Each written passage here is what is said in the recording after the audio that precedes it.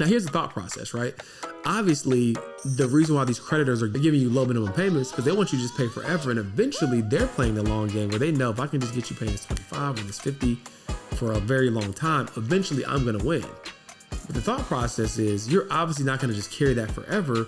What you're going to do is you're going to free up the most cash flow, which is going to make it so much easier to chunk down that debt if that's what you decide.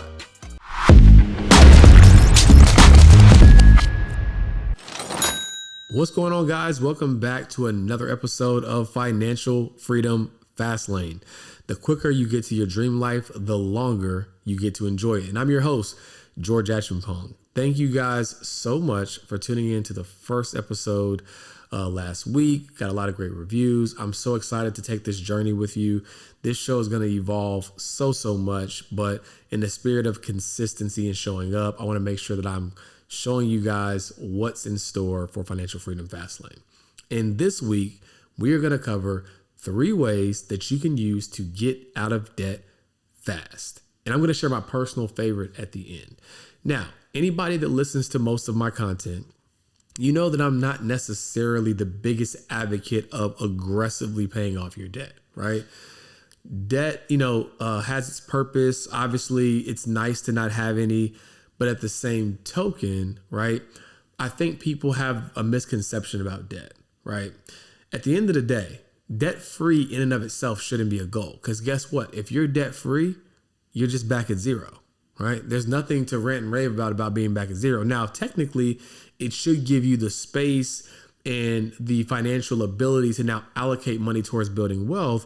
But if you understand anything about how compound interest works, you want to be investing as much as you can and take advantage of that time, right? Not to mention, if you listen to my content, you'll also know that I say I'm really an advocate for increasing your earning potential because what you think is a significant debt probably isn't that significant if you just make more money, right? But that's neither here nor there. I still want to make sure that you have some strategies, some tips, and some ways that you can approach debt payoff. And again, I'll share my personal favorite at the end. The first one is the snowball method, right? Many of you may have been familiar with this, may have heard it in the past, so this will be a good refresher. The snowball method is where you pay off the smallest to largest balance, right? So let's assume you have 3 debts. You got one that's $2,000, one that's $5,000, and one that's $8,000. By that logic, regardless of what the minimum payment is, the debt that you want to focus on paying off first is the $2,000 loan, right? So let's call it a credit card, right? So you got a $2,000 credit card, outstanding balance. You have a $5,000 student loan, and then let's say a $7,000 personal loan. Okay. Let's say that's what you got going on. Let's say that the minimum payment on the credit card, the $2,000 credit card balance that you have is $25 a month. Let's say that the student loan that's $5,000, the minimum payment is $100, and let's say the personal loan is $150. Okay.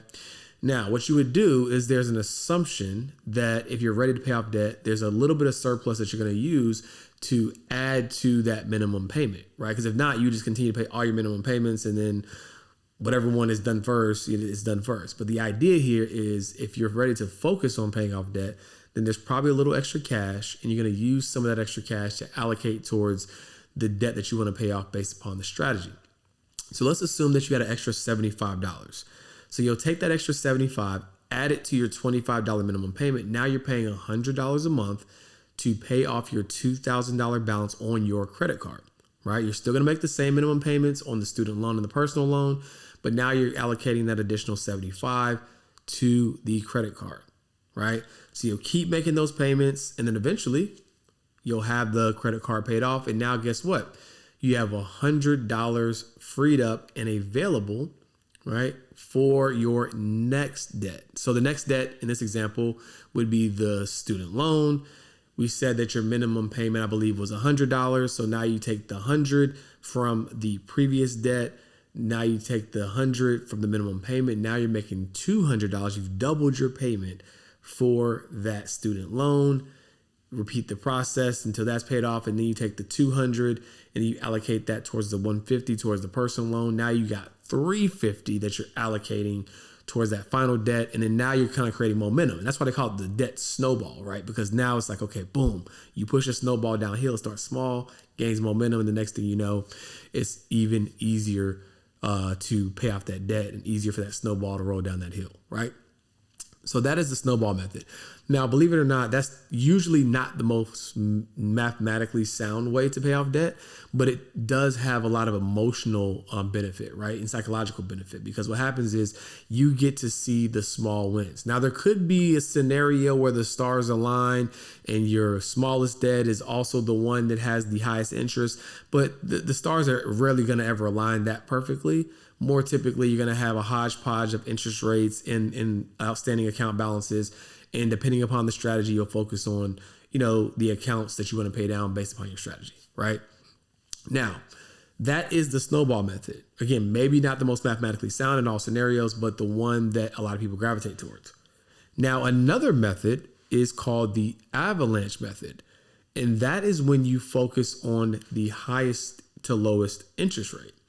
So let's take those same outstanding debts, but now instead of looking at just the minimum payments that we have and the outstanding balances that we have, now the variable that determines which one we're paying off is based upon the interest. So let's say that the personal loan of $7,000 has the highest interest. Let's say it's 12%. And then let's say that the student loan is 6% and the credit card is 10%, right? What that would mean is you would now be focusing on the exact opposite, right? You would be focused on paying off the personal loan first, right? Allocating that additional $75 to that and then chunking down that personal loan first. Then you would move on to the credit card. The balance is lower than the student loan, but the interest is higher. So then we jump to that, we knock that off. And then the last one we would pay off in this example is the student loan, right? Because it has the lowest interest. Now, the reason for that logic is like, okay, the issue with debt is the additional money that you pay back. So let's get rid of the debt that has the highest interest because that's the one that's going to make us pay the most money over time. So that's the logic there. The challenge is what happens if, like, just an example, like your highest interest debt is like $100,000, right? So it's like, I'm focused on that, but the emotional benefit that you get from paying off a debt fast is not going to be there because it's still going to take you a while to pay out that $100,000, right? And so that's why some people don't like that method. But for people who are numbers people and say, forget the method, I just want the result, that is the best method for you if that's what you like, right? Unless you heard of this little known strategy that most people don't talk about called the cash flow method, right? This is my personal favorite. The reason why I love the cash flow method is because instead of focusing on which one has the highest interest rate or which one has the smallest balance, you focus on the debt that will free up the most cash flow once it's paid off, because that's going to give you the most amount of leverage in your day-to-day budget if you free up cash flow. Let me give you a prime example. Let's say that you have, again, let's go back to those three different debts. Let's say that because the minimum payment on the, the personal loan was like $150, right? Now for this example, to drive it home, I'm going to swap out one of the debts and add in a car payment. And let's say the car payment is $500, right? Now, if you have one debt that's going to free up $100 in cash flow and another debt that's going to free up $500 a month, which one is going to have a much more significant impact to your cash flow, your lifestyle, your ability to move around, right? It's the car payment. It just might so happen that the car payment might be a little bit larger outstanding balance, but the net impact to your financial situation is going to be greater, right? So for me, instead of focusing on highest to lowest interest or smallest to biggest balance, if I still had outstanding consumer debt, my focus would be, well, which thing is going to free up the most cash flow? Because you could have a credit card, granted, it could have high interest now, but if the credit card might have a $10,000 balance, right? You say, you know what, I'm going to pay off this $10,000 aggressively, but then your cash flow, the money that you're allocating towards it every month was $100. Now, here's the thought process, right? Obviously, the reason why these creditors are giving you low interest rates is because they want, not low interest rates. They're giving you low minimum payments because they want you to just pay forever. And eventually they're playing the long game where they know if I can just get you paying this 25 or this 50 for a very long time, eventually I'm going to win.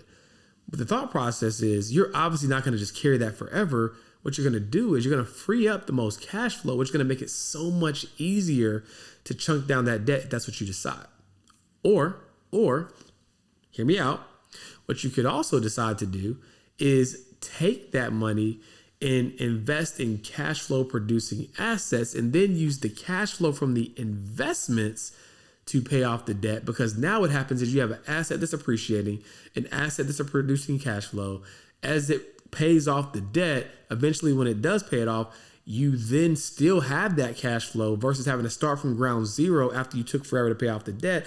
And you got all the appreciation that happened during the time period in which you held the asset. Maybe that's another story for another day.